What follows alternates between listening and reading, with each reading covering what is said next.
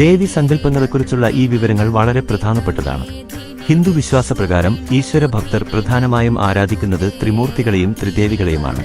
ത്രിമൂർത്തികളെക്കാൾ വേഗത്തിൽ ത്രിദേവികളെ ആരാധിച്ച് തൃപ്തിപ്പെടുത്താൻ കഴിയുമെന്ന് വിശ്വസിക്കപ്പെടുന്നു.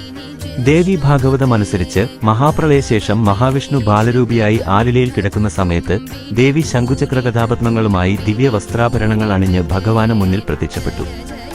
ദേവിക്ക് പഞ്ചരൂപങ്ങൾ ഉണ്ടെങ്കിലും പൊതുവെ ആരാധിക്കപ്പെടുന്നത് ത്രിദേവി സങ്കല്പത്തിലാണ്: സരസ്വതി, ലക്ഷ്മി, ദുർഗ. ഈ ദേവതകളെ പൊതുവെ ഭഗവതി എന്ന പേരിൽ കേരളത്തിലെ ദേവീക്ഷേത്രങ്ങളിൽ പ്രതിഷ്ഠിച്ചിരിക്കുന്നു. സരസ്വതി എല്ലാ കലകളുടെയും ദേവത. ലക്ഷ്മി സൗന്ദര്യത്തിന്റെയും ഐശ്വര്യത്തിന്റെയും അതിദേവത. ദുർഗ എല്ലാ ശക്തികളുടെയും പരമമായ ഭാവം, സർവശക്തി സ്വരൂപിണി.